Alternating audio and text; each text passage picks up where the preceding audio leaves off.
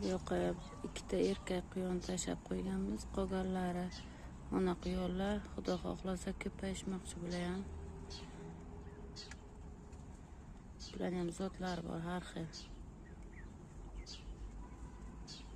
Bular ham kepak ketadilar.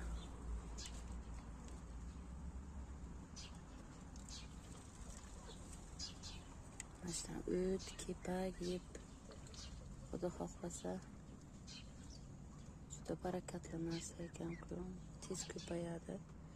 Ona quyonlarimiz xudo xohlasa hammasi bolalash nimasidalar. Bolalamoqchilar. Bolalarni ko'rsataman.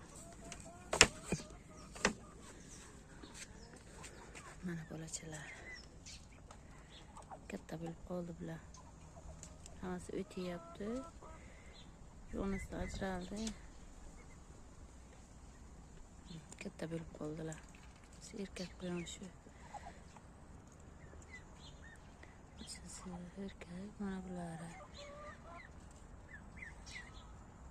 Katta bo'ldilar bunisi. Bu yoqqa 3 ta bozordan mayda 10 mingdan quyoncha olgan edik. Bular o'sha yoqqa bu yoqqa tashlab qo'ydim bolalarning oldiga. Katta bo'ldi shular bilan birga. Bular mayda payt mashinani birga katta bo'lsa, bir-birini nima qilmaydi. Tanlab yoki urush qilib nima qilmaydilar. Mana shunday. Katta bo'libdi bu mayda quyonchalarimiz.